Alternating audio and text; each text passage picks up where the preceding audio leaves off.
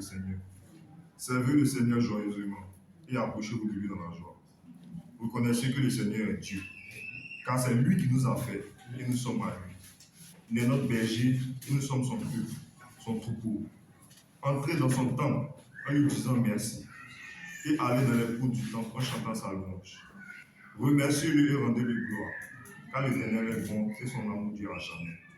Seigneur, nous voulons te dire merci, Seigneur, pour ce jour, Seigneur.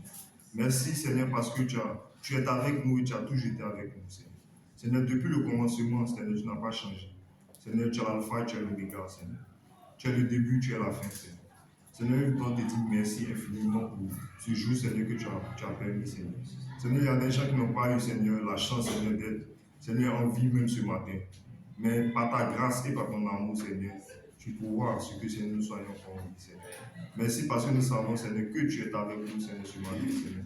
Merci pour tous mes frères et sœurs qui sont rassemblés ici en ton nom, Seigneur. Je te prie, Seigneur, que tout, Seigneur, le compartiment de ce culte soit dirigé par toi-même, Seigneur. Seigneur, tous, Seigneur, les frères, Seigneur, qui vont passer après moi, Seigneur, je prie, Seigneur, de ton Saint-Esprit, Seigneur, pour divulguer la parole, Seigneur, que tu veux, Seigneur. Seigneur, rends, Seigneur, nos cœurs humbles, Seigneur. Rends, Seigneur, nos cœurs remplis d'humilité, Seigneur. Parce que, Seigneur, en tant que disciples, Seigneur, nous devons cultiver l'humilité, Seigneur, pour pouvoir obéir pleinement à ta parole, Seigneur. Seigneur, merci pour tout le reste, Seigneur, du culte, Seigneur. En toutes choses, ton nom soit glorifié. Au nom de Jésus que j'ai prié. Amen. Amen. Continuons dans la prière. Père éternel, Papa Saint, tu es tout pour nous. Merci pour ce matin. Merci pour ton amour infini. Merci pour tes bienfaits faits, Seigneur, de gloire dans nos vies. Papa, nous sommes venus ce matin pour te louer, te magnifier, déposer, Père de gloire, à ton pied, Papa, pour nous faire. Car en réalité, nous sommes fatigués. Nous sommes chargés, Seigneur de gloire. Nous sommes malades, Père. Papa, ce matin, tes enfants sont venus pour te dire infiniment merci. Merci pour tout ce que tu fais dans nos vies, Seigneur. Merci, Seigneur de gloire, parce que tu es un Dieu qui console. Tu nous as consolés. Merci parce que tu es un Dieu qui dirige. On a été dirigé toute la semaine. Merci parce que tu es un Dieu qui pardonne. Tu as toujours pardonné nos offenses, Seigneur. Nous sommes là ce matin, Seigneur de gloire, pour te demander pardon. Pardon pour nos manquements, pour nos faiblesses, Seigneur. Nous sommes des célibataires engagés, des étudiants, Seigneur de gloire, pleins de vie, Seigneur. Et en réalité, Père, je te demande pardon ce matin parce que, Père, nous avons failli. Nous avons failli, Père de gloire, à la mission que nous a confiée, Seigneur. Ce matin, nous voulons, Père de gloire, te demander pardon pour que, Père de gloire, toi-même, Seigneur, tu nous donnes la force. Tu nous donnes le zèle qu'il faut pour, Père de gloire, témoigner tes bienfaits dans nos vies. Parler, Seigneur de gloire, à ceux qui ne te connaissent pas encore. Dis, Seigneur de gloire, tes bienfaits, Seigneur de gloire. Car, Père, tu nous as ramassés, Seigneur de gloire, dans la boue. Et aujourd'hui, Père de gloire, nous pouvons nous arrêter devant le Seigneur de gloire, témoigner de ce que tu as fait pour nous.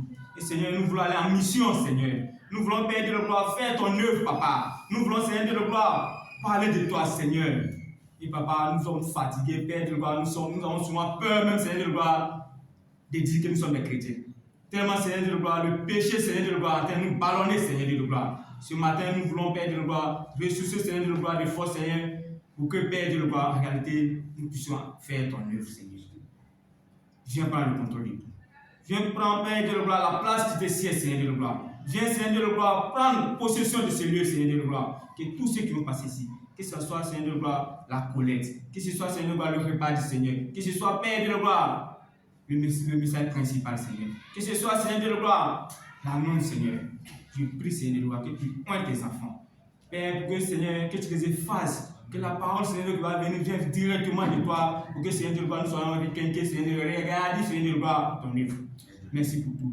Merci, Seigneur, de gloire, de consoler ceux qui pleurent. Merci, Seigneur, de gloire, de guérir, Père, de gloire, tous ceux qui sont malades, Seigneur. Tu les connais mieux que moi, mais Seigneur.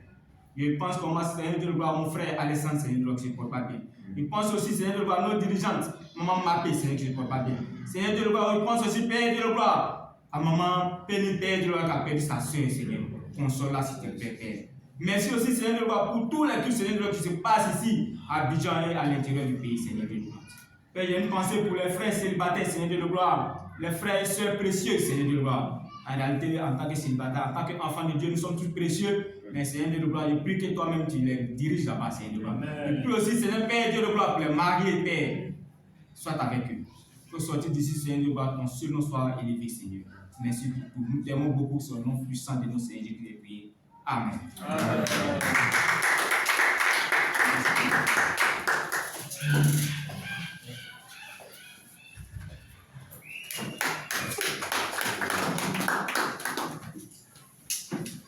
Amen, frères et sœurs. Amen.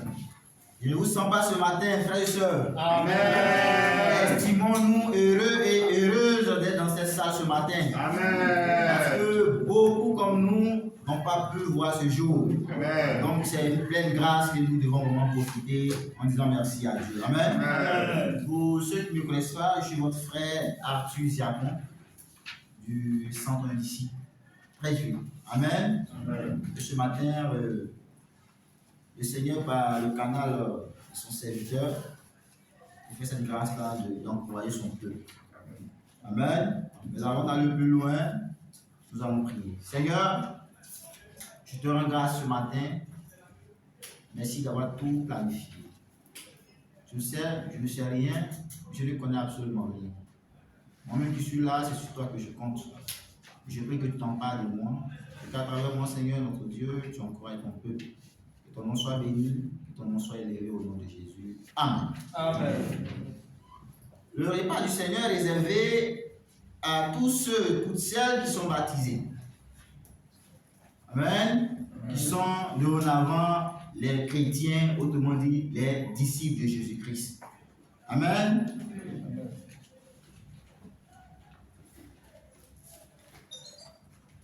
Ce matin, nous allons ouvrir nos Bibles. Matthieu chapitre 23. Versets 1 à 3. Je lis la parole du Seigneur. Les scribes et les pharisiens sont assis dans la chair de Moïse. Faites donc et observez tout ce qu'ils vous diront, mais n'agissez pas selon les œuvres, car ils disent et ne font pas. Amen. Amen. Frères et sœurs, ici c'est notre Seigneur Jésus-Christ, entouré vraiment d'une foule de personnes, y compris ses disciples, et ne fait pas de cette note. Il met ici en lumière l'hypocrisie des pharisiens. Qu'est-ce qu'il dit? Il dit que les pharisiens et les scribes sont ancrés dans la chair de Moïse. Autrement dit, il est en train de dire à ses disciples, à cette époque-là, que les pharisiens et les scribes sont des personnes qui connaissent la loi. Et effectivement, quand j'ai fait une recherche sur les pharisiens, ils connaissent véritablement la loi de Moïse.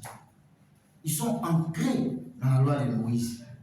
Mes frères et sœurs, il y a un hic. Je lui fais savoir que c'est vrai, ils disent des belles choses.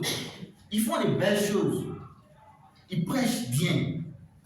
Mais ils ne font pas ce qu'ils disent. Amen. Amen. Jésus même les traitait de quoi? Hypocrites. Ou encore des tombeaux blanchis. Quand on voit un peu la tombe, de l'extérieur, c'est bien joli. Mais à l'intérieur, sur les ossements, c'est tout ce qui est pourriture qui est à l'intérieur. Donc, nous aujourd'hui, en tant que disciples du 21e siècle, si on devait vraiment nous attribuer ce passage, ou les enseignements qui sont derrière ce passage, qu'est-ce que nous pouvons retenir, frères et sœurs? Qu'est-ce que nous pouvons retenir? Frères et sœurs, parmi nous, on connaît beaucoup la Bible, mais parmi nous, il y a des personnes qui connaissent. Aujourd'hui, on va te donner un passage, tiens, va dans tel, c'est là-bas, dans tel, c'est là-bas. Pour dire que les enseignements que nous avons reçus, ça fait de nous vraiment des personnes vraiment acquises, qui ont un potentiel. Mais là n'est pas le souci selon Jésus, quand il donnait le conseil ici à ses disciples. Mais il va falloir que ce qu'on dit, ce qui sort de notre bouche, frères et sœurs, soit ce que nous faisons réellement, doit accompagner des œuvres. C'est bien de dire tout ce qui est bon, de connaître la parole et ça va nous encourager. Mais quand il s'agit de mettre maintenant en pratique la parole de Dieu, là, c'est pas tout le monde. Mais en réalité, c'est qu'on dit qu'il va accompagner nos œuvres, il va accompagner nos actes. Amen, frères et sœurs. Amen. C'est-à-dire la vraie autorité spirituelle ne vient pas de seulement des paroles, mais ça vient aussi de la vie cohérente. C'est la vie qu'on mène. On vit de belles choses, mais il va falloir que notre vie également soit conforme à ce qu'on dit. Amen, frères et sœurs. Amen. Tout récemment, il y a quelque chose qui s'est passé à la maison, au quartier. Il y a un frère qui m'a envoyé de faire un transfert pour lui. Il m'a donné une somme de 1000 francs avec le monsieur de la cabine, il est juste en face de la cour. Je suis sorti, je suis allé avec son numéro. J'ai fait le transfert, j'ai mis son numéro. Quand il a fait pour une première fois, il a dit qu'il y a un souci de réseau, ça n'a pas passé. Il a essayé encore pour une deuxième fois. Je suis venu à la maison, croyant que le transfert du frère était venu. S'il n'était pas venu, il m'a dit non, le transfert n'est pas venu, il n'a pas reçu de message. Et quand je suis allé voir, effectivement, le monsieur a regardé, il a dit non, c'est vraiment un souci de réseau. Donc il m'a redonné les 1000 francs. Je suis allé ailleurs, dans une autre cabine, j'ai fait le transfert. Autrement dit, les 2 fois qu'il avait essayé, les 2 fois là, il y a les 2 fois en repassé. Peu de temps après, le transfert, 2000 sont partis sur le compte du frère.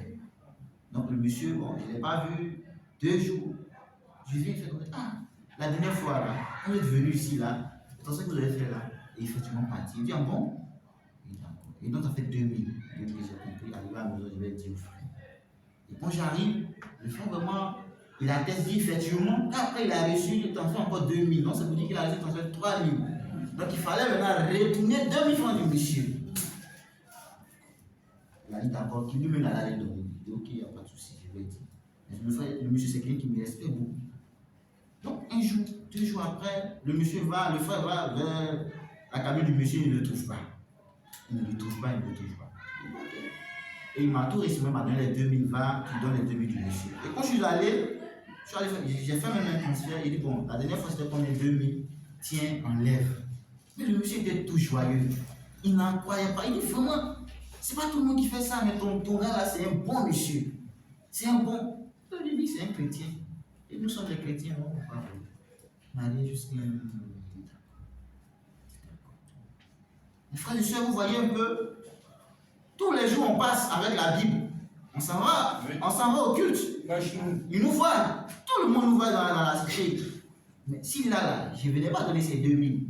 Demain, est-ce que je pourrais encore aller devant ce monsieur pour essayer de lui prêcher Jésus? Je ne crois pas. Nous n'allons pas croire. Amen, frères et sœurs. C'est très important, en tant que disciples. Ce qui sort de nos bouches, il va falloir que nous les mettions en pratique. Amen. Amen. Soyons vraiment un modèle. Être un modèle, c'est fondamental, frères et sœurs. Parce que ce qui sort vraiment de nos bouches est beaucoup plus parlant. Ok? Ce que nous sommes, du moins, est beaucoup plus parlant de ce qui sort de notre bouche. En tant que disciples, aujourd'hui, comment ça va dans notre lieu de service? Est-ce qu'on nous prend pour modèle? Dans notre relation même avec les gens qui ne sont pas disciples, communément qu'on appelle ceux du monde, est-ce qu'en nous, ils peuvent voir Jésus-Christ? Est-ce qu'en nous, ils peuvent voir Jésus-Christ, frère? Tous les dimanches, on va venir chanter Dieu est bon, mais quand on sort, les enseignements qu'on reçoit ici, est-ce qu'on les met en pratique dans notre vie de tous les jours? C'est très important. C'est très important. Est-ce qu'au travail, on te voit comme un modèle? Ou quand on parle des chrétiens, nous on sait là, non. Souvent, notre attitude, notre comportement vis-à-vis des autres nous ferme la porte, Ça fait qu'on ne peut pas vraiment les évangéliser. Parce que la vie que nous menons, c'est-à-dire l'exemple que nous montrons, ce qui reflète, c'est pas agréable, mon Dieu. Donc il ne peut pas venir, frères et sœurs. Donc nous devons plutôt soigner ce que nous sommes. C'est très important. Amen, frères et sœurs. Amen. C'est très important. Donc, voyons cela. J'ai fini par comprendre que de nos jours maintenant, et évangéliser quelqu'un parce que les gens n'ont plus le temps. Les contextes ont changé. Les contextes qu'il y avait depuis 1989 et aujourd'hui, au 21e siècle, ce n'est plus les mêmes. Les gens sont trop pressés. À peine même quand tu viens te parler de Jésus, qu'est-ce qu'il fait? Il est parti. Mes frères et sœurs, si vous voyez vraiment en train de vivre la vie qu'il faut, à vivre de manière vraiment comme Jésus vivait, frères et sœurs, ça va les attirer et ça les fait. Ils vont venir à Dieu. Amen. Amen. Ils vont venir à Dieu. C'est très important. Ce sont les vertus que le chrétien incarne qui feront que les gens seront disposés à l'écouter, à le suivre. Amen. Et même à le respecter. Quelles sont les vertus que nous incarnons quand nous sommes avec les gens qui ne sont pas du monde? Les gens du monde. Quelles sont les vertus que nous incarnons en tant que disciples aujourd'hui? C'est très crucial. C'est très crucial. Une fois, hier j'étais avec un diacre qui me racontait comme ça que une fois, il y a un frère qui est parti avec sa famille dans un restaurant pour manger. Et à chaque fois, ils avaient l'habitude d'aller en famille pour manger avec les enfants et tout ça. La serveuse vient le voir, qui a dit, vous êtes quel type de famille? Donc, ils sont exclamés, ils sont étonnés, mais pourquoi tu nous dis ça? Vous là, vous êtes quel type de famille? Non, comment? Ils n'ont. Elle demande, regardez autour de vous, vous ne voyez pas. Le frère dit, il regarde, il ne voit rien. Il dit, non, je ne vois rien. Il dit, vous ne voyez pas toujours. Il dit, il y a la table qui est derrière vous. On regarde, comment ils sont? Le monsieur, qu'est-ce qu'il fait? Non, il avait son téléphone. Et la dame, qu'est-ce qu'elle fait? Elle également avait son téléphone. Et les enfants, ils sont avec leur téléphone. Mais vous, là, chaque fois que vous venez ici, monsieur parle à madame, madame parle aux enfants, les enfants parlent à monsieur. Tous les jours, vous êtes quel type de famille? Nous sommes seulement des chrétiens. Et vous êtes des chrétiens. Votre église est sérieuse, moi je vais partir là. J'ai dit que les jours qui ont suivi, elle a étudié la Bible d'ici. Amen. C'est quoi? Il n'a pas prêché la parole. C'est seulement parce qu'il vivait. Ça a mené à. Donc si nous les voyons ça, nous allons emmener les personnes à Dieu. Amen, frères et sœurs. Ce matin, c'est pas nous. Soyons vraiment des modèles en parole, des modèles dans notre comportement, soyons nos comportements, soyons vraiment des modèles en amour, dans notre pureté et surtout dans notre conduite. Amen. Parce que nous reflétons l'image de Christ partout où nous allons. C'est Jésus-Christ que nous annonçons dans notre manière de faire. Que le bon Dieu vous bénisse. Amen. Et qu'à Dieu soit toute la gloire. Amen. Seigneur, je te rends grâce, je te dis merci d'avoir parlé à mon cœur, de m'avoir vraiment encouragé. Je prie que, Seigneur notre Dieu, ce que tu as dit à travers moi, Seigneur notre roi, plus va nous amener vraiment à nous repentir et à nous réexaminer pour la gloire de Dieu. Merci pour ce temps. À toi seul et bien l'honneur, la gloire au nom de Jésus. Amen. Amen.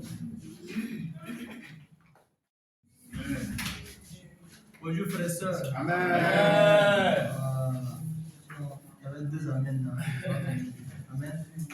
Donc je voudrais, avant de commencer l'encouragement, dire merci aux dirigeants et à tous les membres organisateurs de ce culte ce matin qui ont bien voulu m'associer au passage. Amen.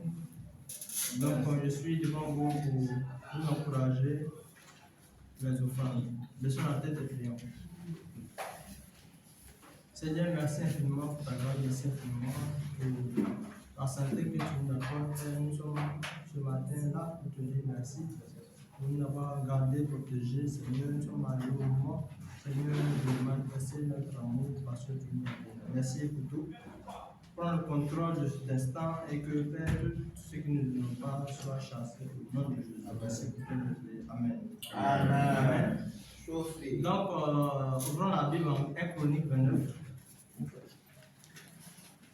1 Chronique 29, à partir du verset 14. 1 Chronique 29, verset 14. Amen. Amen. Car qui suis-je et qui est mon peuple pour que nous puissions te faire volontairement cette offrande? tout vient de toi et nous recevons de ta main ce que nous touchons. Amen. Amen. C'est un message qui est très encourageant. Amen. Donc il s'agissait de bâtir une maison de prière pour Christ. Amen. Et donc le peuple avait collecté les fonds qui allaient servir à la construction de cette église. Amen.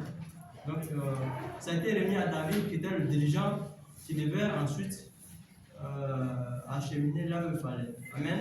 Amen. Et David prend la parole pour se prononcer. Amen.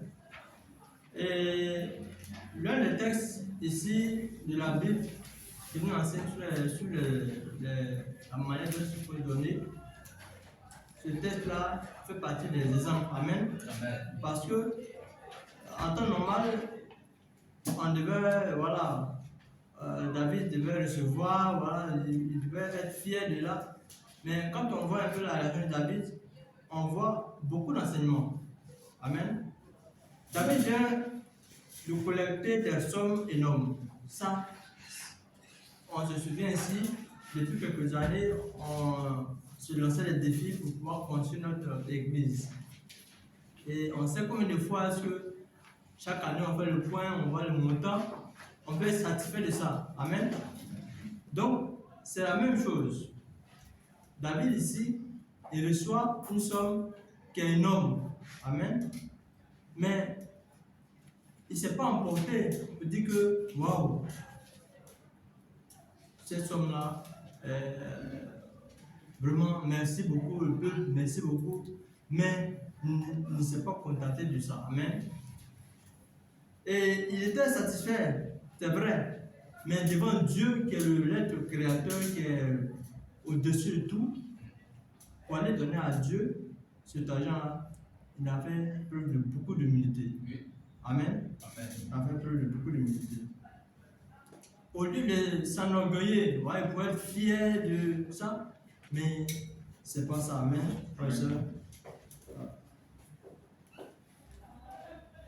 Donc, il pouvait être orgueilleux, tout ça, donner à Dieu avec un air de satisfaction, mais c'était pas ça.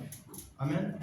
Donc, j'ai voulu prendre ce passage-là pour nous encourager ce matin sur non seulement la manière dont ce peuple a collecté pour dire merci à Dieu, mais aussi sur la façon dont on vient dire merci à Dieu. Donc, il y a 3 points ici que je voudrais nous encourager. Amen. Amen. Le premier point, c'est la reconnaissance de notre petitesse. Amen. On peut tout avoir, mais devant Dieu, ce qu'on vient de donner là, c'est rien. Amen. Amen. Voilà. Donc, quand on vient donner à Dieu, c'est avec un cœur rempli de petitesse qu'on doit le faire. Amen. Voilà. C'est l'exemple ici de David. Il avait reçu une grosse somme d'argent, mais en venant donner à Dieu, il avait preuve de beaucoup de petitesse. Amen. Donner à Dieu, c'est un privilège. Amen. Amen. Dans la pensée de David, donner à Dieu n'est pas un fardeau. Amen. Ce n'est pas une obligation. Voilà. Il n'était pas obligé d'aller restituer cet argent que le peuple avait collecté à Dieu. Amen. Mais voilà. Ce n'est pas une obligation, il n'était pas obligé, mais il a fait. Amen. Pour dire merci à Dieu. C'était un honneur incroyable. Amen. Le troisième point, c'était offrir, c'est rendre. Amen. Amen. En réalité, nous ne donnons pas. Amen. Nous ne donnons jamais à Dieu au sens strict. Est-ce qu'on peut donner à Dieu? Si Dieu est au supérieur à nous, est-ce qu'on peut le donner? Amen. Il y a une amie là qui, père à son nom, n'est plus de ce monde, il est décédé il n'y a pas trop longtemps. Il était très fort dans ça. Pendant ce temps, pendant que j'étais encore à la tête de l'association que j'ai dirigée, quand j'étais au campus, j'étais très fort dans ça. À m'adouer les personnes supérieures à nous, Non, il était trop fort en ça. Amen. Il peut organiser une petite cérémonie là pour aller dire merci au président. Mais derrière ce qu'il attend, nous on ne peut pas ça comme ça. Non, on cotise, voilà, il peut le mettre devant. On va le donner au président, on va donner au ministre. Mais derrière ce qu'il attend, c'est son positionnement. Amen. Amen. Mais il a atteint son objectif. Dans sa région, il y a un ministre qui était alors ministre de la fonction publique. Il s'appelle le ministre Hydré. Bon, j'ai oublié son nom. Le gars voulait à toute écoute être positionné en tant que bon petit ministre. Donc, le candidat, souvent, les trucs, on partait l'accompagner. Non, on partait que voilà, c'était un truc comme ça. On partait avec les trucs, les présents, les tableaux bien faits, on partait le donner. Mais derrière ce qu'il attendait, lui voulait rentrer à l'ENA. Donc, le candidat, ça, nous, on l'accompagnait. Voilà, nous, les profanes, on l'accompagnait comme ça, tout ça, avec les tableaux. Donc, on va remettre au gars, il est content, il est heureux. Mais il a atteint son objectif. À la fin, il est rentré à l'ENA. Il a fait son cours de l'ENA, il est rentré à l'ENA. Malheureusement, il n'a pas pu goûter son argent parce qu'il a fini la formation, il devait commencer à travailler. Et puis voilà, il a décidé. Donc, il est très fort dans ça. Amen. Donc, nous, on ne peut pas offrir à Dieu. Nous, Dieu est au-dessus de nous. Nous, on vient, c'est pour lui dire merci. Amen. Quel que soit le montant qu'on va donner, c'est pour lui dire merci. Amen. Amen. Voilà. Donc, ne pensons pas qu'on a eu beaucoup d'argent, on vient, on va donner. Hein? Non. On vient pour témoigner de notre reconnaissance. Amen. Amen. Donc, voici les 3 points que je voudrais tirer de ce passage à la petitesse. Amen. Reconnaître qu'on est toujours en dessous de Dieu. Amen. Reconnaître aussi que donner, c'est un privilège. Et puis, 3e point, offrir, c'est rendre à Dieu. Amen. Amen. Voilà. Donc, imitons ces différentes attitudes quand il s'agit de donner à Dieu pour que notre don soit agréable à Dieu. Amen. Amen. Donc, c'est la fin de ce temps d'encouragement. Baissons la tête et prions. Seigneur, merci infiniment de nous avoir bénis, de nous avoir, Seigneur, pour t'aider là où nous sommes, avec nos différentes activités, avec notre Seigneur, nos différentes, Seigneur, initiatives. Père, tu contrôles tout, tu es au-dessus de tout. Père, Seigneur, nous voulons te dire merci ce matin à travers le Père. Nous prions que Père, tu nous donnes une attitude qu'il faut, Père, comme nous l'avons, Seigneur, vu à travers ce passage ce matin, afin que Père, ce don puisse, Papa, être agréable. Merci pour tout. Amen. Amen.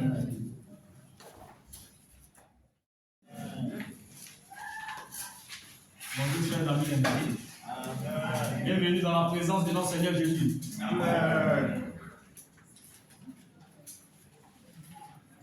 Merci à ceux qui m'ont prédécidé. Amen.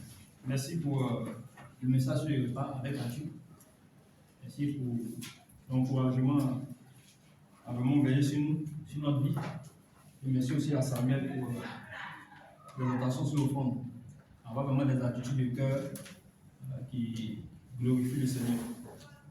Merci aussi à la chorale. Voilà, merci à la chorale. Et ce matin, est-ce que les étudiants sont là? Les étudiants. Est-ce que les étudiants sont là? Est-ce que les étudiants sont là? Amen. Ah, ok. Dieu soit la gloire. Mais il y a beaucoup d'étudiants qui ne sont pas là.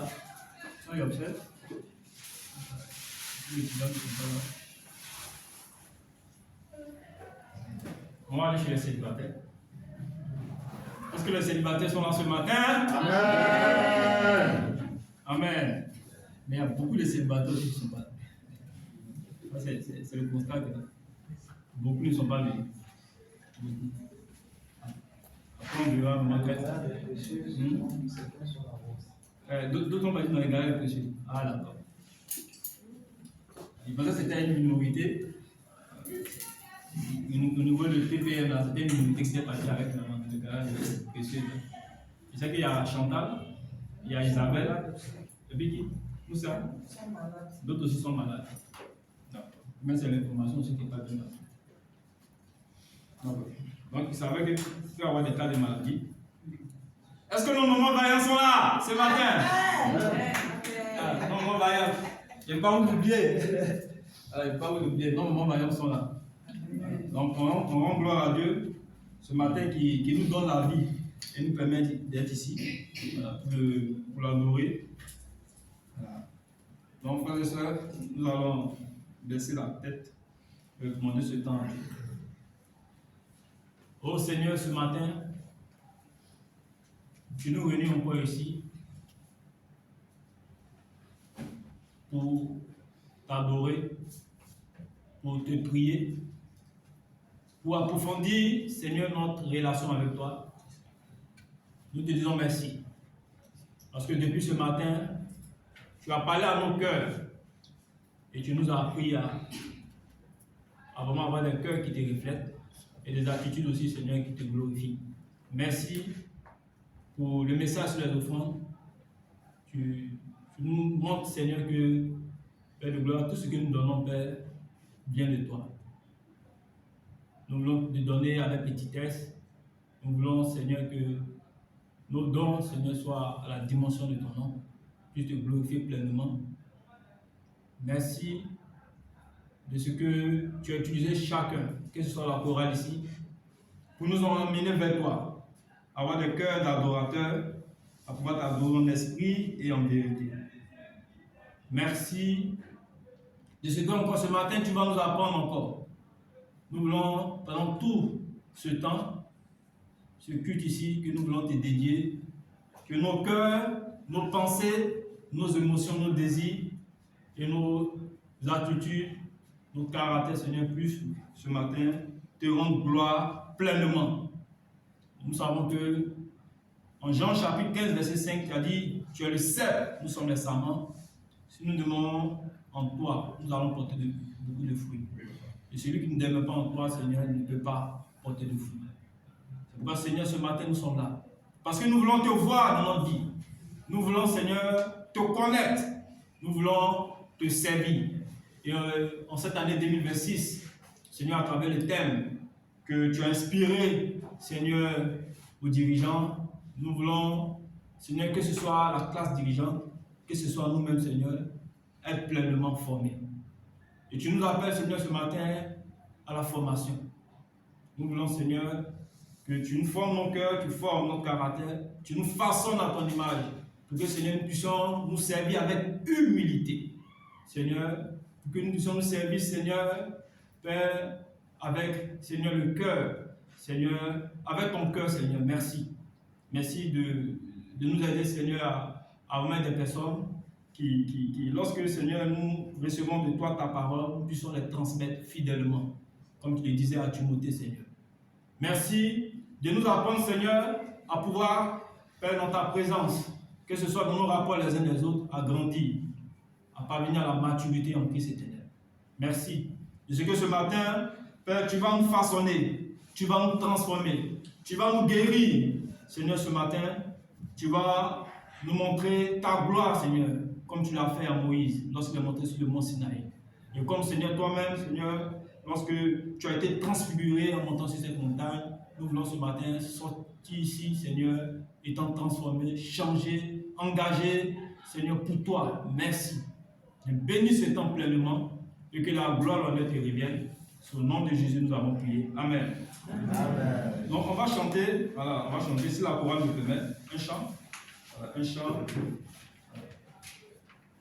que le Seigneur a mis sur mon cœur. Tu es digne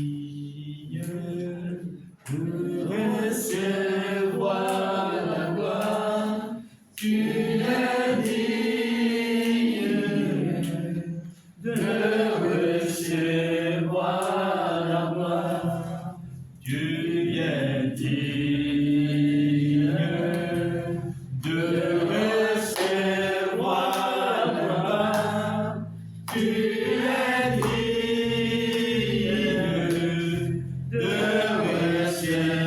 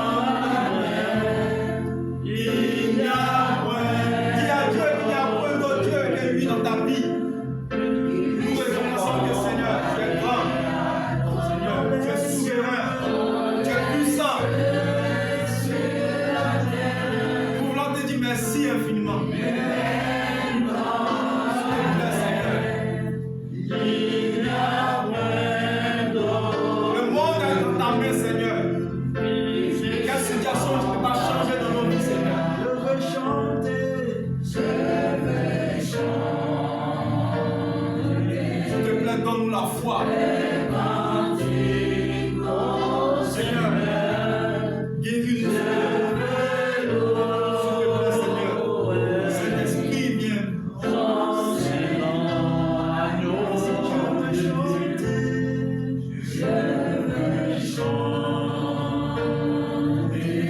Oh Saint-Esprit, sois l'œuvre ce matin.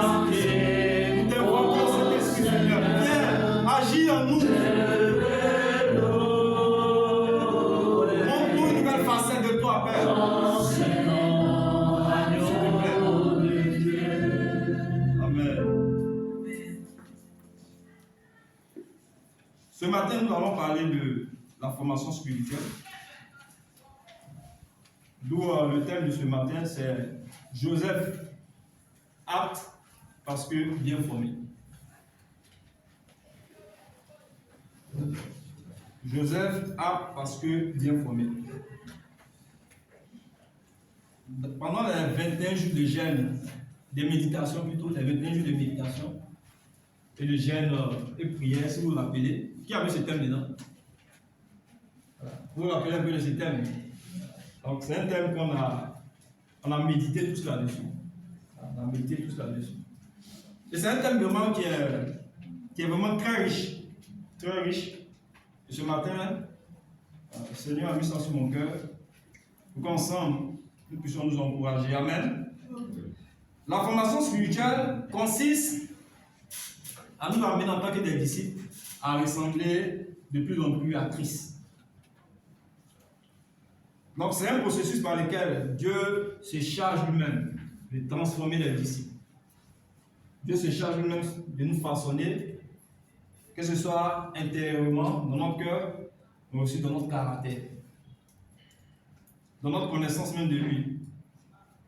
Et quand on prend la Bible, on voit qu'il y a des différents personnages de la Bible que Dieu a pris le temps de façonner. On prend par exemple l'exemple de Moïse, par exemple. Moïse, par exemple, Dieu a pris le temps de le former pendant 40 ans.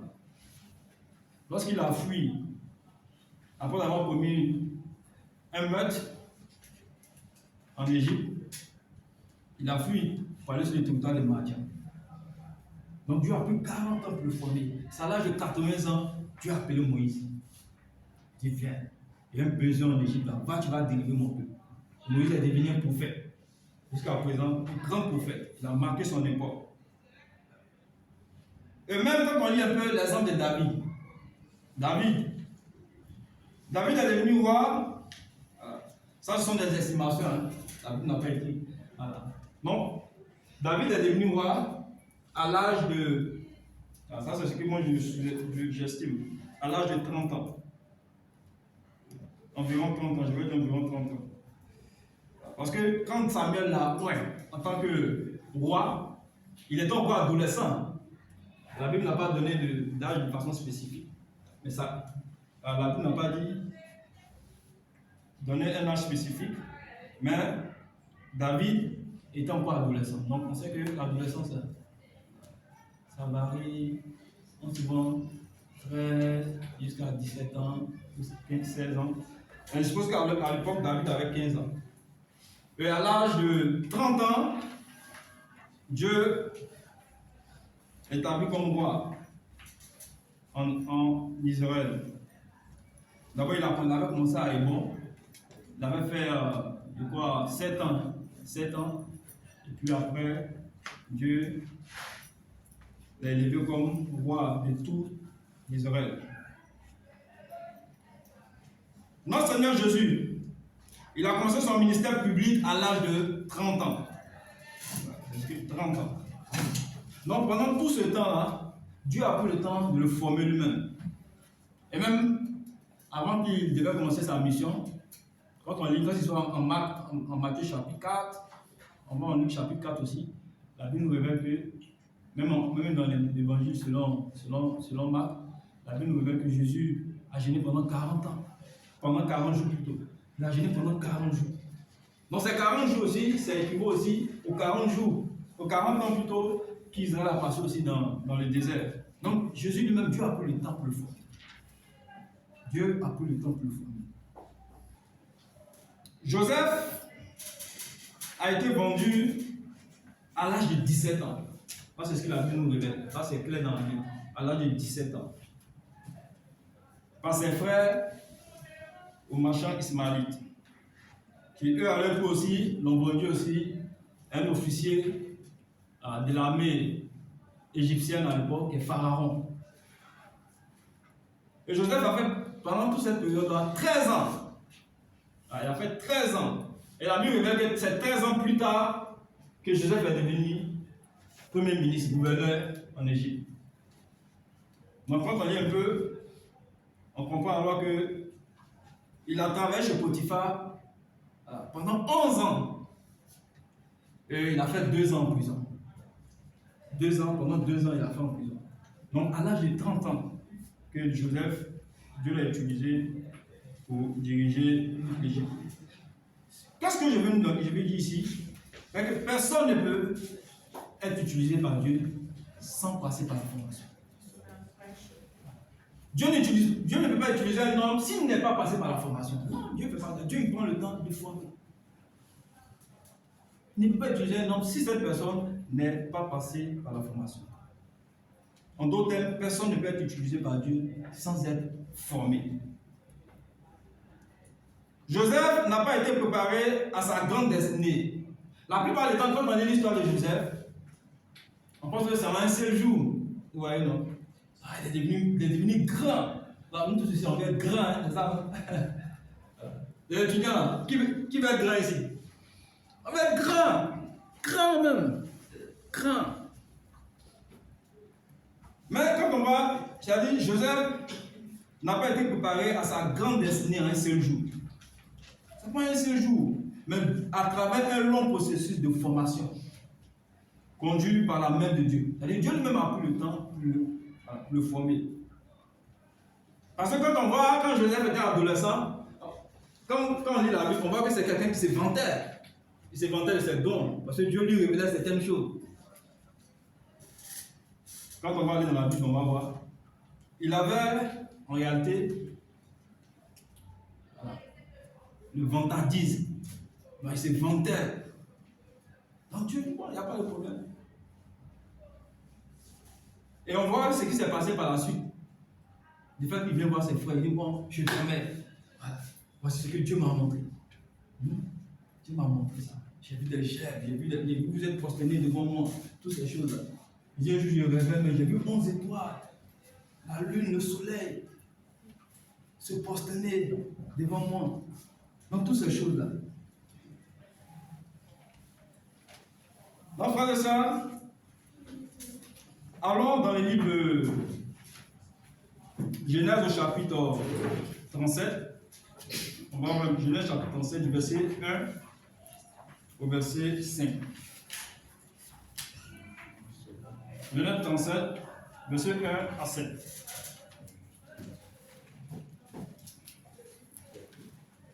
Lisons ensemble. Jacob demeura dans le pays de Canaan où avait séjourné son père. Voici la prospérité de Jacob. Joseph, âgé de 17 ans, faisait paître le troupeau avec ses frères. Cet enfant était auprès des fils de Bia, des filles de Zipa, femme de son père, et Joseph rapportait à leur père leur mauvais propos. Israël aimait Joseph plus que ses autres fils, parce qu'il l'avait eu dans sa vieillesse. Genèse chapitre 37, à partir du verset 1. Nous sommes au verset 4 maintenant. Ses frères, non, verset 3. Israël aimait Joseph plus que tous ses fils, ses autres fils, parce qu'il avait eu dans sa vieillesse et lui fit une tunique de plusieurs couleurs. Ses frères virent que leur père l'aimait plus que eux tous. Il le prit en haine et ne pouvait lui parler avec amitié. Joseph eut un songe et le raconta à ses frères qui haït encore davantage. Il dit, écoutez donc ceci que j'ai eu. Nous étions alliés des gerbes au milieu des champs, et voici ma gerbe s'est élevée et se tint debout. Et vos gerbes l'entourèrent et se prosternaient devant elle. Ses frères lui disent, est-ce que tu régneras sur nous? Est-ce que tu nous gouverneras? Et il les haït encore davantage à cause de ses songes et à cause de ses paroles. Il y a un autre songe et il raconta à ses frères, il dit, j'ai eu un songe et voici le soleil, la lune et les 11 étoiles se prosternaient devant moi. Il le raconta à son père et à ses frères. Son père le réprimanda et il dit, que signifie ce songe que tu as eu? Faut-il que nous venions, moi, ta mère et tes frères, nous prosterner devant toi? C'est fait eu de l'envie contre lui, mais son père garda le souvenir de ces choses. Amen. Donc ici, il s'agit de Joseph. Joseph était l'enfant préféré de son père. L'enfant préféré de son frère, de son père. Et pendant ce temps, ses frères biologiques, ils observaient, ils voyaient tout ça, le comportement, l'attitude de leur papa vis-à-vis de Joseph. Parce que ce n'est pas facile d'être dans une famille, il y a certains enfants qui sont aimés par rapport aux autres. Ce n'est pas facile. Hein? Quand dans une famille, il y a le favoritisme, ce n'est pas facile. Certains enfants sont aimés, d'autres par exemple. Les parents même, il y a certains parents même qui disent, mais par moment, hein, toi cet enfant, tu es une erreur. Il y a des parents qui disent ça à leurs enfants. Tu es une erreur, toi. J'ai jamais voulu que tu sois chez moi ici. Non, j'ai jamais voulu ça. Depuis que tu es venu là, hein, ma vie est devenue difficile. C'est des parents qui réagissent comme ça. Mais ça, c'est pas, hein, c'est pas des bonnes attitudes. Vous êtes des disciples. C'est vrai que on va pas faire ça. Donc, on voit le favoritisme. Mais comment ces enfants-là ne vont pas devenir jaloux? Même s'il y a le favoritisme là, ils sont préférés. Tu penses soin de lui par rapport à moi, ça va envoyer beaucoup de choses. Donc, et de plus en plus, ces choses ont gagné le cœur de leurs frères. Ils observaient, ils voient le vécu, ils vivent ensemble, ils voient l'attitude de leurs parents. Ils voient. Donc, ce qui me plaît dans la Bible aussi, la Bible révèle aussi les erreurs aussi. La Bible révèle aussi les erreurs. Même des grands hommes de Dieu, la Bible révèle aussi qu'ils ont des faiblesses. Tout comme nous aussi, on a des faiblesses. Et en tant que disciple aussi, on peut être à l'église aussi. Et puis il y a certaines personnes qu'on n'aime pas voir les visage. On peut être à l'église. On est dans le même ministère, on fait, mais il y a certaines personnes là, on n'aime pas leur visage. Lui, on fait des peaux noires. Moi, je suis noir. Hein? J'espère que tu aimes mon visage. Hein? Voilà. Donc, il y a certaines personnes par exemple, non, lui là, moi, je ne veux pas. Hein? Lui là, moi, je ne veux pas marcher avec. Bon, je ne dis pas quand on est dans l'église, on ne doit pas avoir des amis. Il faut avoir des amis. Il y a des amis, on a des amis, des gens qui sont proches de nous, c'est bon.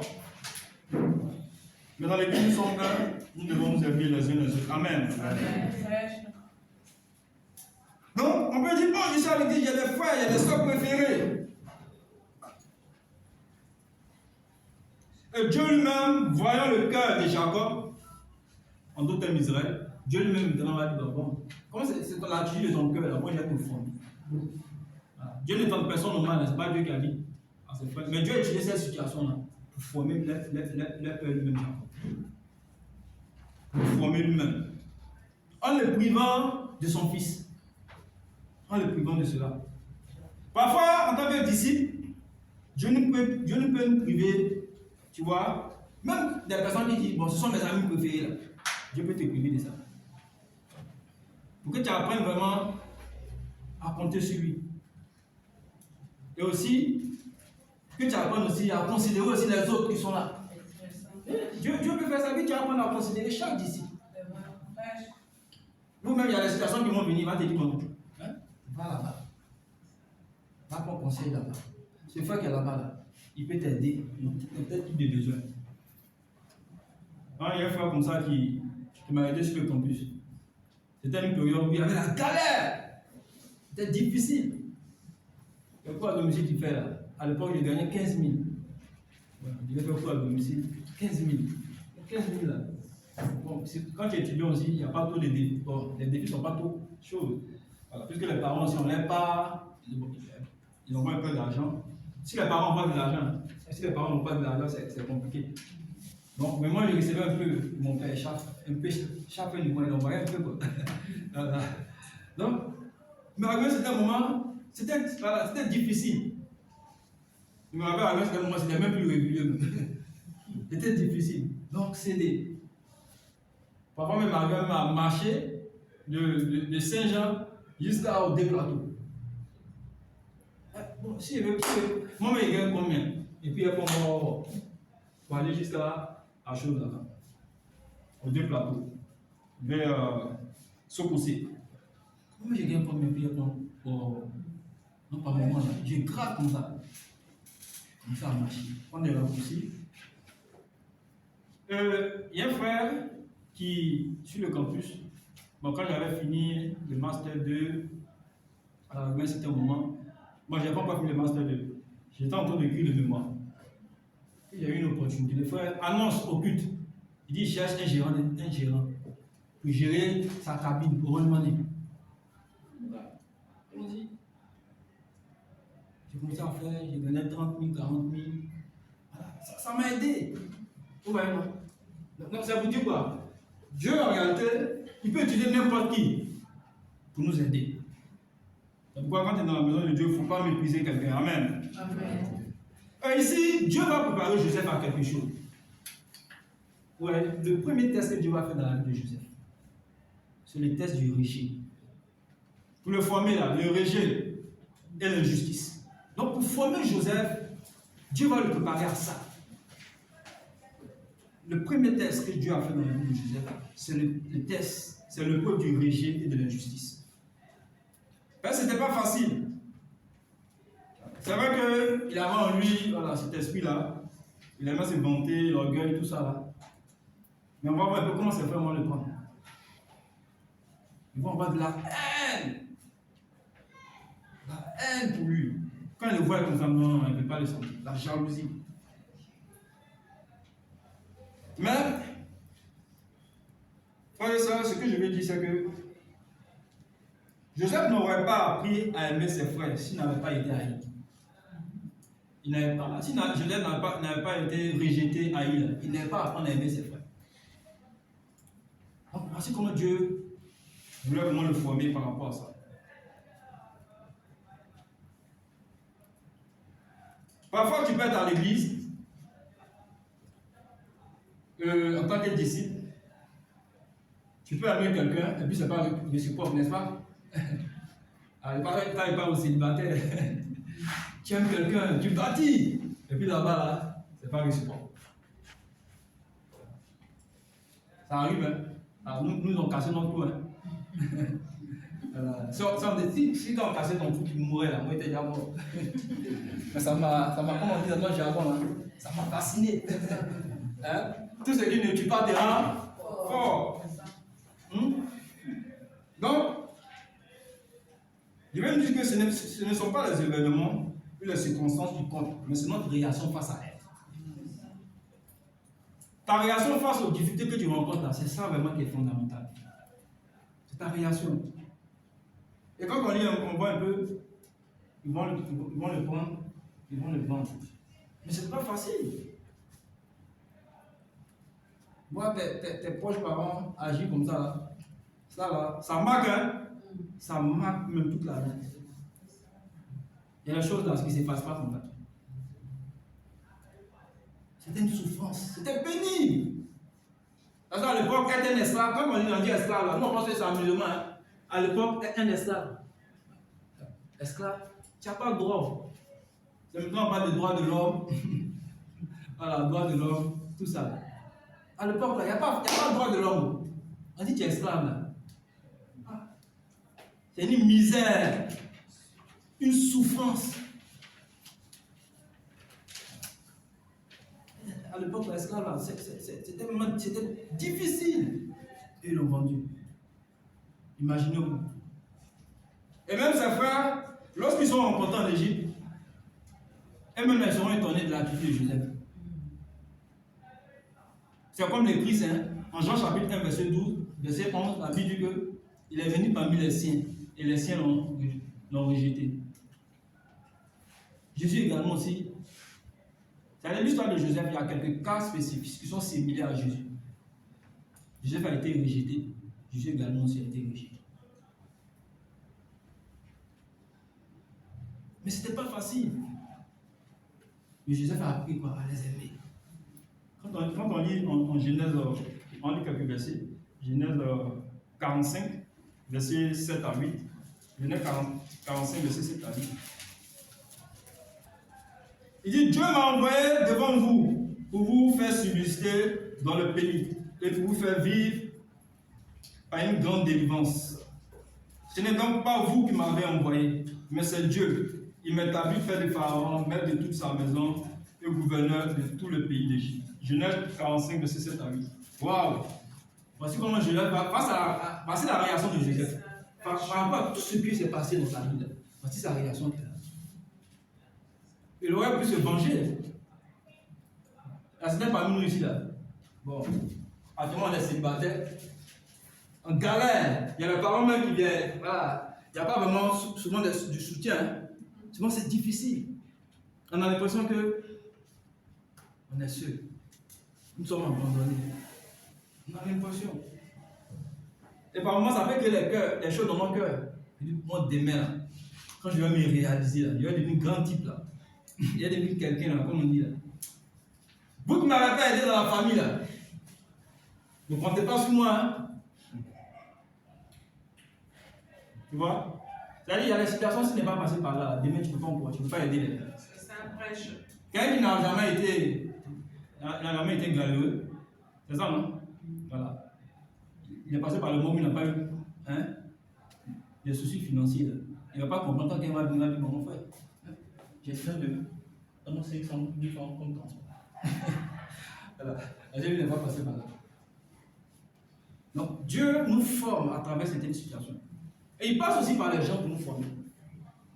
Même les caractères les plus difficiles. Oui? Ça fait partie aussi de la formation. Les caractères les plus difficiles. Moi, une fois, j'ai été licencié. Je travaillais dans une boîte de sécurité. Là-bas, j'ai été licencié. Licencié abusivement. Bon, c'est vrai qu'il y a eu des fautes, vous savez, dans le travail, il y a souvent fait des erreurs. Il y a eu des fautes où je travaillais une fois, et puis il y avait un beeper. C'est-à-dire, il faisait la nuit. Donc, la nuit, le beeper est accroché au mur. Et de minuit à 5 h du matin, vous devez être éveillé. Chaque une heure de temps, vous devez être là. Quand tu fais la nuit comme ça, là, c'est un calvaire. Bon, on fait ça pourquoi? Parce que dans notre pays, il y a eu un braquage. Donc on fait ça, ça permet, ce sont les signaux. Ça alerte là-bas, dans la radio, pour voir un peu si il n'y a pas de problème sur les sites. Il n'y a pas de problème. Moi, je suis là, je 20 minutes, quoi, 21 heures, je suis bien appuyé. Mais je n'ai pas bien appuyé. Donc, ils n'ont pas entendu. Là. Donc, tout à coup, mes supérieurs sont arrivés. Moi, j'étais dans la guérite. Non, je n'étais pas dans la guérite, j'étais dans le garage. J'ai mis une chaise. Et je vois, les gars, il y a un qui est escaladé la voiture, l'autre est passé au portail. Puis il vient, il veut me prendre une photo. Je vais essayer de me faire. Là, je me suis levé. Je dis, il y a quoi? Il dit, non, tu dors! Voilà, tu dors. Il dit, non, je ne dormais pas. Non, il était. Tu dormais, arrête ça, tu dormais. Non, je ne dormais pas. Il dit non. Il était dans tous ses états. Gardiennage, j'en gagne quand même. Alors, si il n'avait pas augmenté, alors, moi, on avait gardiennage. Nous étions 45 000 on payait. À l'époque. Les 6 000 n'avaient pas encore augmenté. L'année 2014. Tu dormais. Après les 45 000, il m'a frappé. Il m'a donné un coup de poing.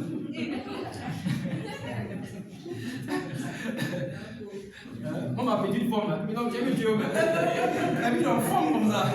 Il m'a donné un coup. Il m'a donné un coup. Aïe, aïe, aïe. C'est comme ça. Avec les collègues, là, en face de nous, il y avait un autre agent. Il y avait un site là, et il y avait des agents de sécurité. Il y avait. Bon, c'est un site en est de la primature, là, c'est en face. Eux aussi, ils ont vu la scène. Moi, j'étais là, mais j'étais devant. C'est là comment j'ai réagi face à lui. Donc, le matin, quand la secrétaire est venue me dire, c'était une situation forte. Elle a dit, bon, ce que tu vas faire, va prendre c'est visite médicale. C'est quoi? Certificat médical. Excusez mon certificat médical. Voici le conseil que moi. Donc j'étais là, j'étais pas encore disciple. Je réfléchissais, est-ce que je dois me venger, tout ça. Beaucoup de choses. Ils m'ont appelé même là-bas. Voilà, ils m'ont mis à pied 7 jours. Vous voyez qu'ils m'ont frappé, ils m'ont mis à pied. Quand on m'a mis à pied, donc j'étais là, bon, ça. Qu'est-ce que je vais faire? Non. Mais au fond de moi, j'ai vu le monsieur doit le pardonner. Au fond de moi, voici ce que j'avais. C'est mon droit de porter chose plainte. Si quelqu'un porte plainte, c'est son droit. Mais moi, j'ai décidé de ne pas porter. De pardonner, de laisser l'affaire. Il n'a pas pris de certificat médical et j'ai laissé ça. C'est vrai qu'après ça, les événements ont suivi, j'ai été licencié. Mais c'était vraiment quelque chose de difficile. Moi-même, me pardonner. Et puis quand je vois son visage, je lui pardonne. Toutes ces choses. Mais j'ai compris que c'était une formation de Dieu. C'est avec le temps, c'est pas sur les champs, il n'est pas bon. Comme le juge m'a dit, jusqu'à j'ai licencié. J'ai compris que. Après, j'ai fait une autre erreur. Un jour, je sortais pour aller manger. Et je n'étais pas présent ce jour-là. Quand je sortais pour aller manger, le DG de l'entreprise est venu. Bon, je dis même qu'il travaille. Donc, je suis allé à la banque, il partait retirer de l'argent pour manger. Parce qu'il n'y a pas d'argent physiquement sur moi. Alors que lui, les samedis matin, il ne vient jamais.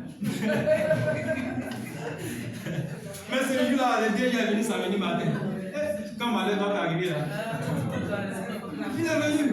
Donc, ils ont allaité tous les pour la personne comment au niveau de l'entreprise, les intervenants. Il y a les intervenants, les supérieurs. Même mon responsable m'est venu ce jour. Ils sont venus. Mais je viens, je quitte à la banque, je viens. Mais il y a un braquage sur mon site. Il y a un braquage, alors qu'il n'y a même pas de braquage. Je viens, mon frère. Mais toi, tu viens d'où? Par contre, ça, j'ai l'argent à la banque, il vient manger. Bon, d'accord. Rentre à la maison. Rentre à la maison. On ne peut plus te voir ici. On t'attend demain là-bas. J'ai licenciement galère. Licenciement galère.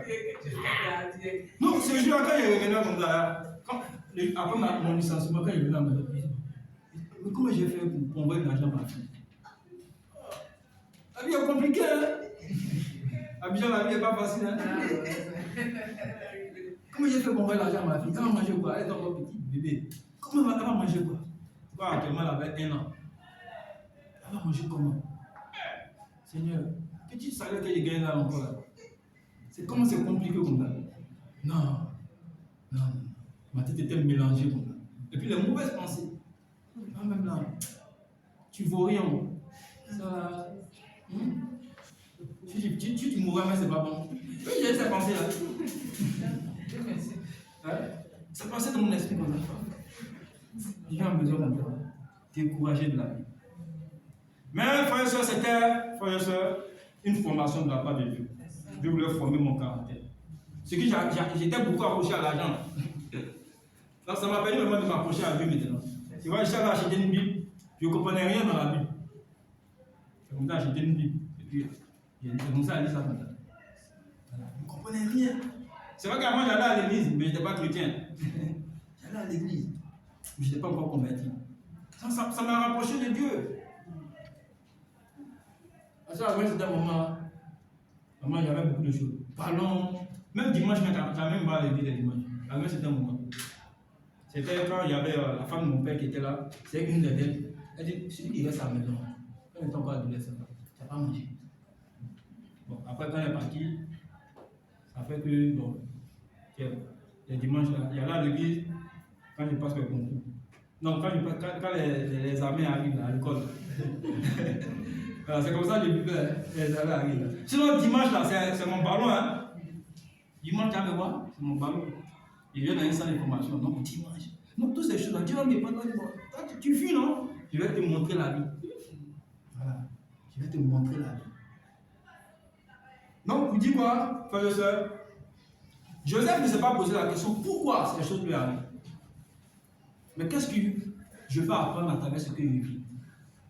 Donc, quand une situation t'arrive là, on va demander pourquoi. Mais qu'est-ce que Dieu veut que j'apprenne?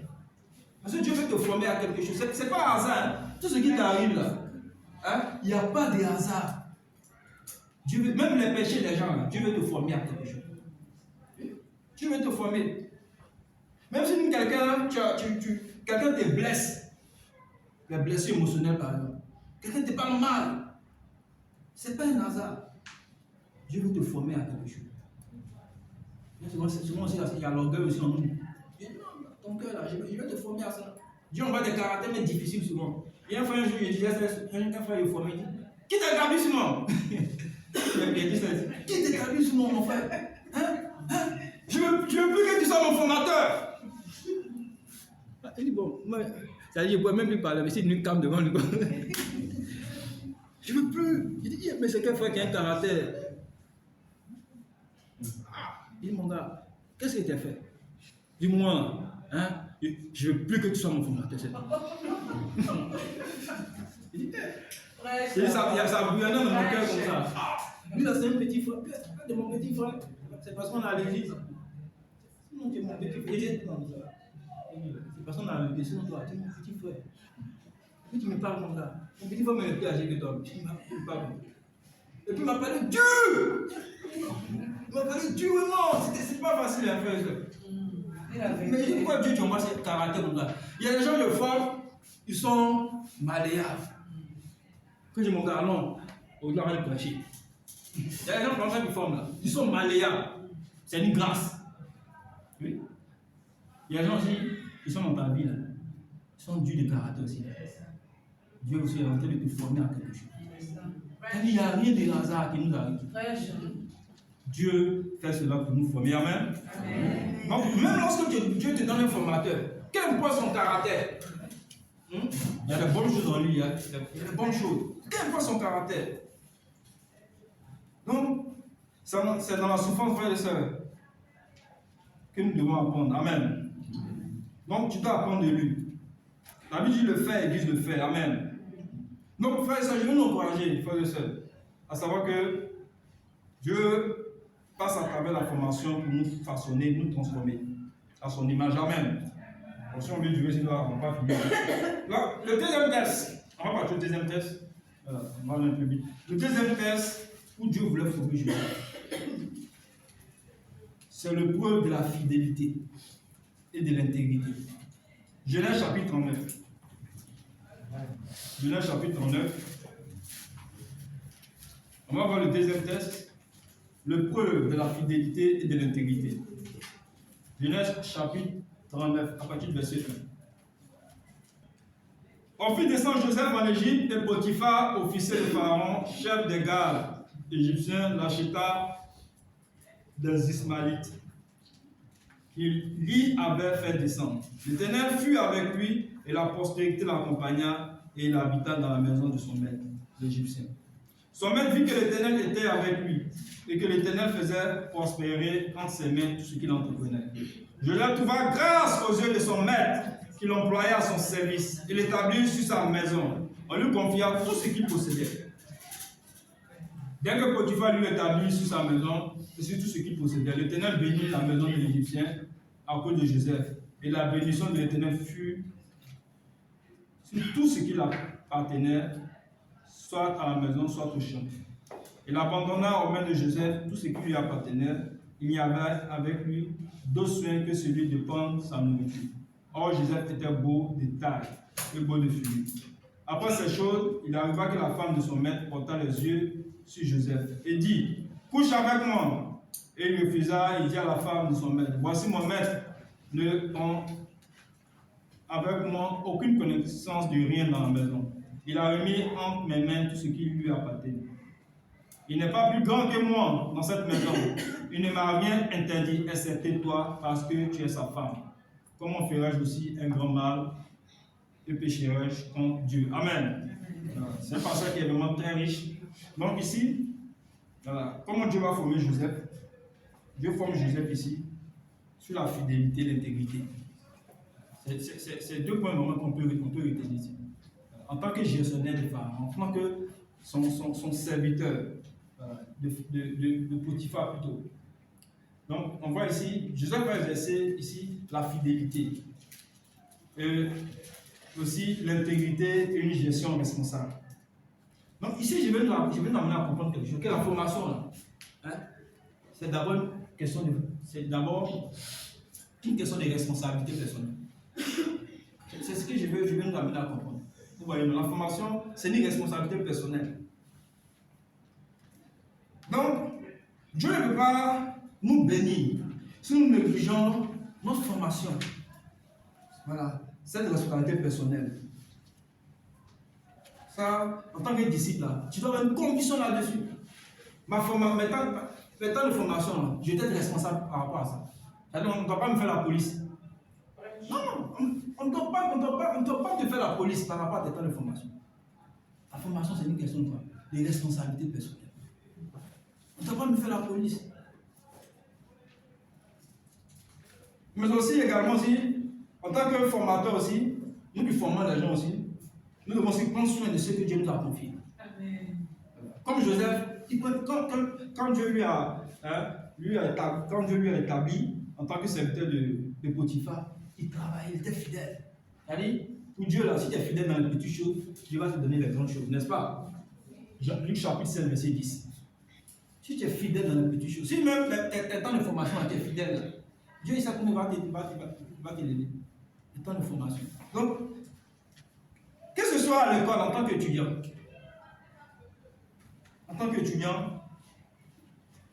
nos études là, nous devons être des personnes qui sont fidèles. Fidèles dans nos études. Parce que nos études aussi sont là pour glorifier Dieu. Et nous, quand on était sur le campus, moi j'avais ma vision, c'est quoi? Ma relation avec Dieu, mes études. Et une autre chose aussi, il dit bon, ici sur le campus, là, est-ce que moi c'est pour avoir mes diplômes? Non, c'est pas pour avoir mes diplômes. Il y a quelque chose de. Non, étant sur le campus, ce que je vais faire, mes amis là, je vais évangéliser au campus. Non, c'est personnellement pas. C'est-à-dire, tout était. Mon esprit était vraiment. Tout était clair. Je suis étudiant, je dois glorifier Dieu dans mes études. Mais aussi, je dois gagner des âmes aussi. Vous voyez, non? Donc, mon esprit était clair. Les gens que je côtoyais, voilà, j'essaie de les prendre comme ça, puis on va la DB. Même si je ne maîtrisais pas toutes les études à l'époque, je les envoie là-bas, puis on étudie la Bible avec eux. Bon, malheureusement, il n'y a pas eu quelqu'un qui est devenu disciple parmi eux. Mais je savais, par la grâce de Dieu, j'ai fait ma part, ce que je pouvais faire. J'étais converti en deuxième année à l'université. Donc, il n'y a pas une vie de disciple à part. Et puis après, études à part. C'est la même chose. La vie chrétienne, c'est la même chose. Tu dois être excellent à l'école. Mais aussi, la mission, là, tu dois faire. C'est comme ça. Parce que le temps passe vite. Tu vois, non? Le temps passe vite. Et ça, c'est une responsabilité en tant que disciple. Une responsabilité. Et par moment, mes gars, ils me voyaient souvent prêcher au quai là-bas. Vers le chou de coco. Il dit, bon, mon gars, lui là, c'est un pasteur, hein? Là, c'est mes voisins dans le film. Le pasteur Giscard. Il me voit prêcher. Et quand les résultats sortent en place aussi, il dit, ouais. Ah, le pasteur là, il travaille aussi. Ils m'ont jamais aussi me voir aussi en train de tricher avec eux. Voilà. Parce que j'essaie de me démarquer. Jamais. Même si je suis coincé. Je me rappelle un jour, on a fait. Voilà, on avait fait. Il y avait un contrôle. Et celui-là, vraiment, il a bossé, mais celui-là, quand il s'est arrivé, là, il a tout quitté de ma tête. Il dit, ah, mais aujourd'hui, qu'est-ce qui m'arrive aujourd'hui là? Actuellement, le boss, il arrive quand même à retenir. Aujourd'hui, là, tout ce qu'il a bossé, là, il n'a même pas simulé quelque chose. Et puis, c'était un coup difficile de psychologie, quelque chose. Il dit, bon, mais parce que j'étais tenté, hein. Il dit, bon, ça, Seigneur, qu'est-ce que je dois faire? Donc, pour me tirer d'affaire, il a cherché au moins à avoir 10. Parce que tout ce que j'ai bossé là, il a tout oublié. Donc, Ça là, Seigneur, moi je vais avoir 10. Je ne vais pas chercher, je vais avoir 10 là. Tu ne peux pas demander aussi à quelqu'un. Elle te voit prêcher. Ok. Quand tu demandes, il te voit prêcher. Tu ne peux pas demander. Moi j'étais là comme ça. On pose des questions, mais je ne vois rien. Je dis Seigneur, au-delà, pardon. Fais-moi la grâce. Je veux vraiment te glorifier, Seigneur. Ça là, s'il n'y a pas eu bonne note, c'est foutu. Moi j'étais là. Non, il n'y a jamais eu peur. Hein. Mais ce jour-là, il y a eu peur. Non? On a fini de composer. Voilà, on a fini de composer. J'ai fait ce que je pouvais faire. Dieu a fait sa part. Moi, j'ai validé. Amen. Dieu s'est glorifié. Amen. Donc, c'était une épreuve. Tu n'as pas dit, toi là, hein? Mais le jour, tu vas tout oublier. Là. On va voir si tu vas tricher, mais tu n'as pas triché. Non, c'était l'épreuve de la fidélité. Donc, on doit être fidèle à Dieu en toutes circonstances. On ne doit pas se corrompre. Fidèle à Dieu en toutes circonstances. L'intégrité. Même quand je suis au travail, c'est l'intégrité. Et non, moi, c'est démarquer les autres en tant que chrétien par notre intégrité. Il doit avoir Christ en nous. Il doit avoir des qualités morales. Joseph était quelqu'un qui avait des qualités morales, mais Potiphar et puis sa femme n'ont pas reconnu. Ils n'ont pas reconnu ces qualités morales. Ils n'ont pas reconnu. Et ils vont l'accuser à tort et l'emprisonner. On voit ça un peu.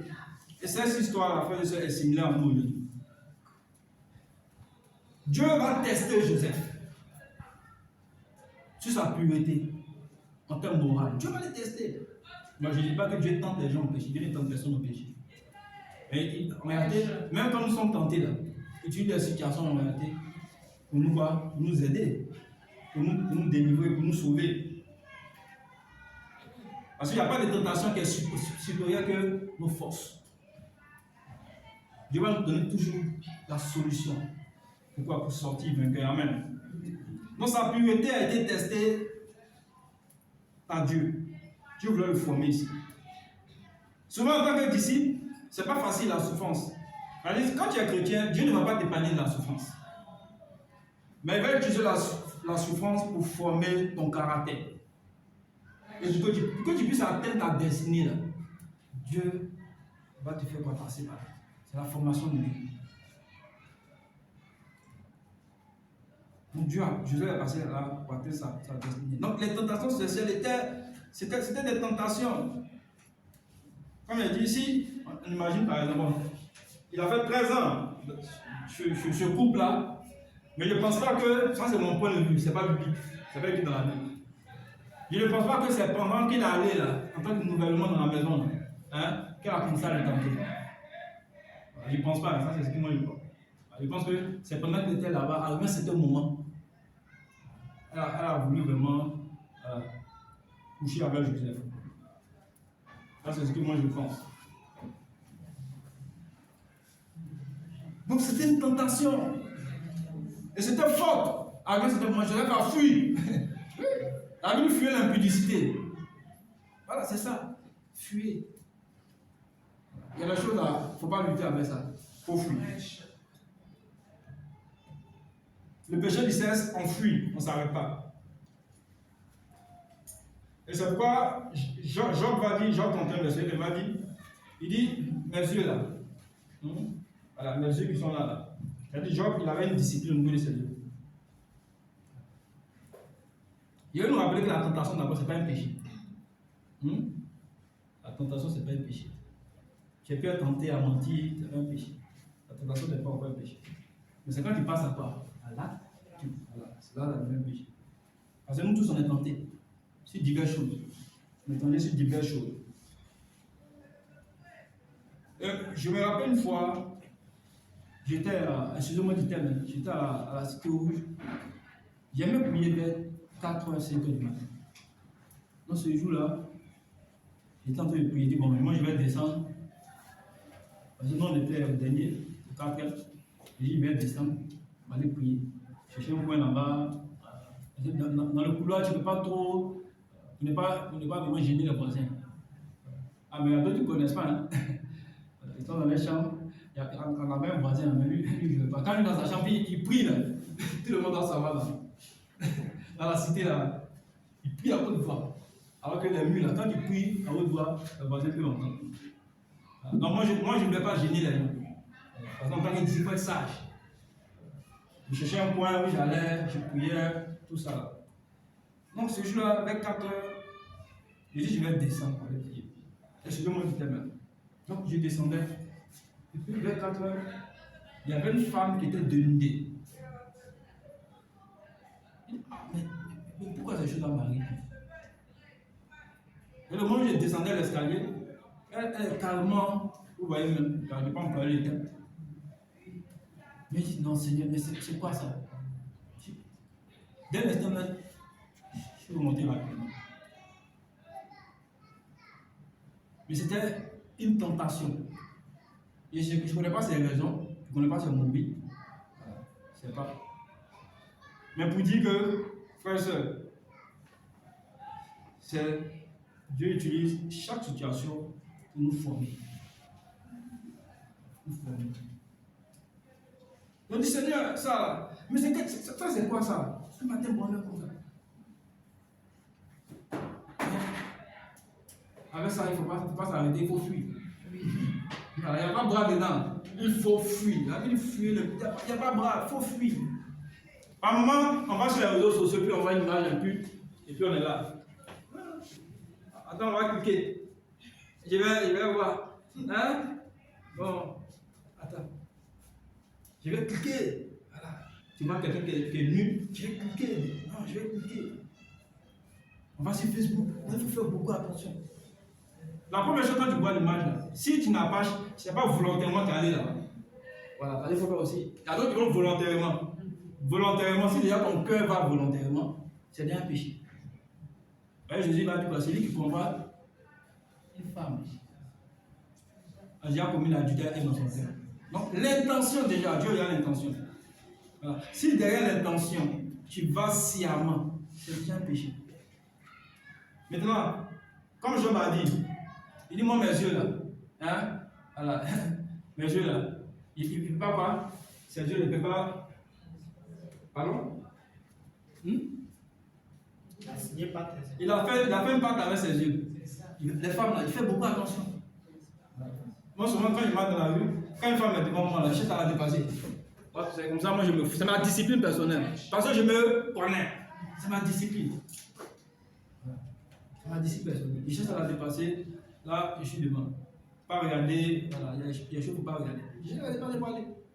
Personnellement. C'est comme ça que je discipline mon cœur. Je conserve mon cœur. Parce que la convoitise n'est pas tout. Fais beaucoup attention. Donc, il faut quoi? Dans le nom, Job a fait un pacte avec ses yeux. Il faut quoi? Il faut une discipline. Chacun de nous a une discipline. Et ça ne fait pas de la formation. Ce n'est pas toutes les choses qu'il faut y aller. Tout n'est pas étude. Non, ce n'est pas toutes les choses qu'il faut y aller. Les yeux là, ce n'est pas tous. Et puis, ce n'est pas tout qu'il faut écouter les OM. C'est pas tout. C'est pas toutes les choses qu'il faut écouter.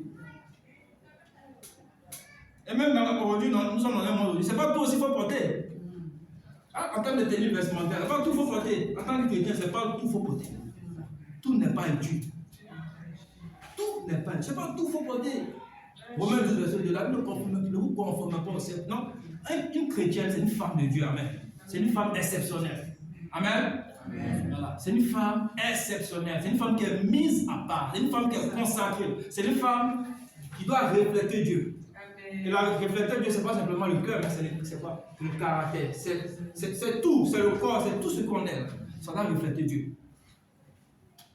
Bon, ici, je m'adresse aux sœurs. Je m'adresse aux sœurs. Donc, si je m'habille, je vais m'habiller de façon décente. Amen. Je dois quoi? Modéré. Ce que je vois. C'est vraiment important.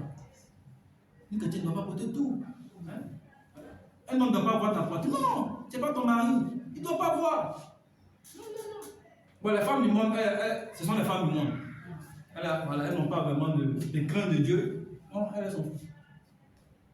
Moi, je n'ai pas dit aux soeurs comment vous devez vous habiller. Voilà, ce n'est pas mon rôle. Mais ce que la Bible demande, c'est d'habiller de façon décente. Ce n'est pas tout le monde. Tes cuisses, non, c'est pas tout le monde. Tu ne dois pas tes cuisses. Pas tout le monde. Pas tout le monde. Dans le monde aujourd'hui, où il y a, si vous marquez un peu, ce qui les gens vraiment, ce qui vraiment à la mode, c'est beaucoup d'habillement sexy.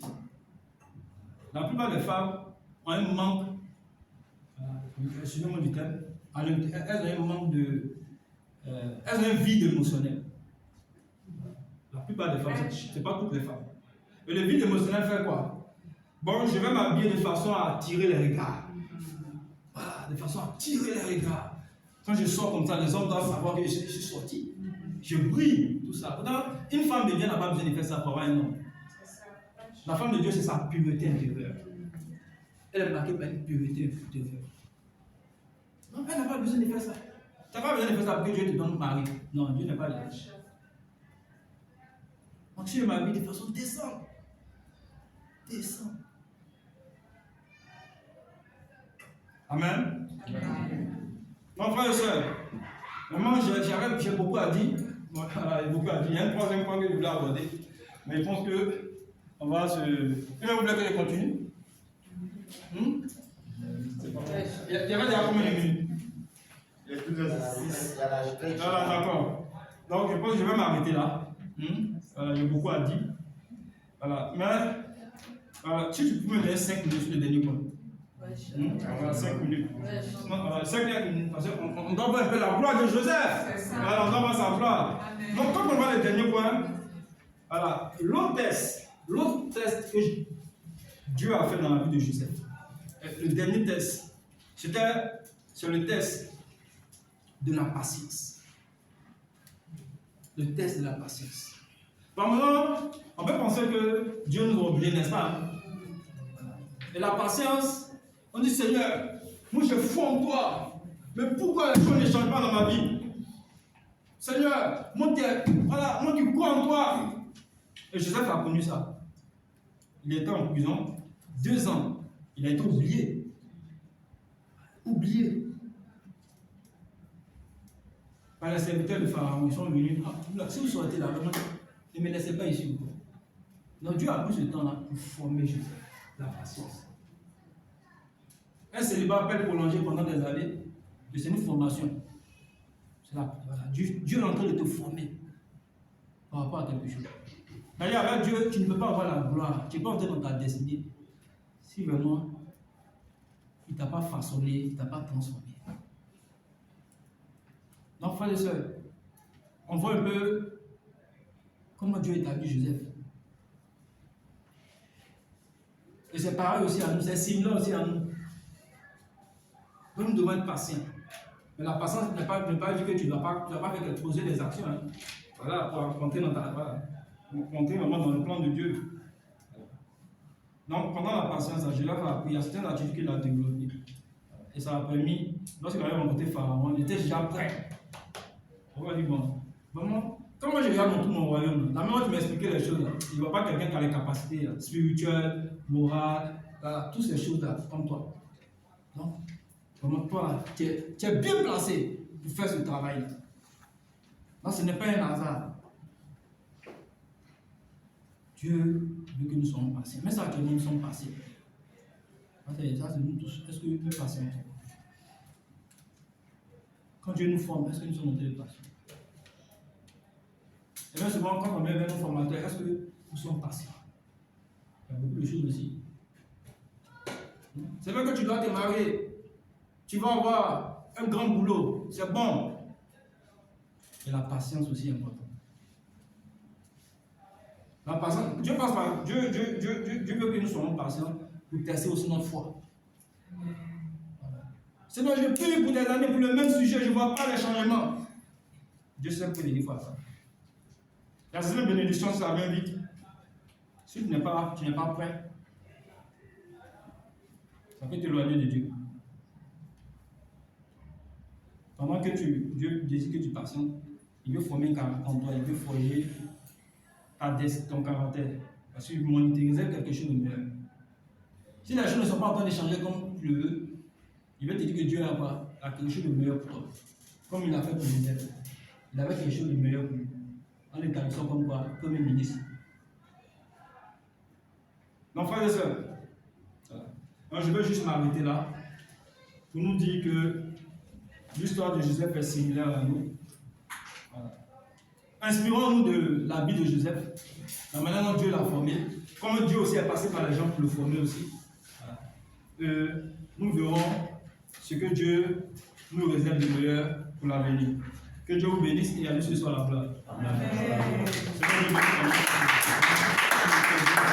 Ce matin, avec humilité, Seigneur, nous voulons être des étudiants, des célibataires engagés.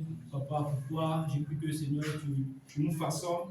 Ce matin, tu continues à nous aider à vraiment te ressembler à n'importe quel détail de notre vie éternelle. Nous voulons apprendre dans tout ce que qui se révèle de nos vies éternelles. Seigneur, merci. Merci encore de nous accompagner dans ce processus de formation. Nous savons que la formation, c'est pour toute notre vie, Seigneur. Merci. De ce que, Père, tu as de grands projets pour nos frères et sœurs ici, pour les étudiants, les célibataires, Seigneur, même dans le moment vaillant, tu sais que tu feras de grandes choses dans cette année 2026 dans nos vies, Seigneur, individuellement comme collectivement. Seigneur, merci de continuer à travailler dans nos cœurs. Seigneur, tu as dit toute écriture inspirée de toi, tu peux nous enseigner, pour nous convaincre, pour nous corriger, pour nous instruire dans la justice, afin que nous soyons des hommes accomplis, Seigneur. Père, accomplis ton plan dans nos vies, Seigneur. Merci encore pour l'œuvre du Saint-Esprit dans nos vies et que, Seigneur, la gloire, la gloire te revienne. Au nom de Jésus, nous avons prié. Amen. Amen.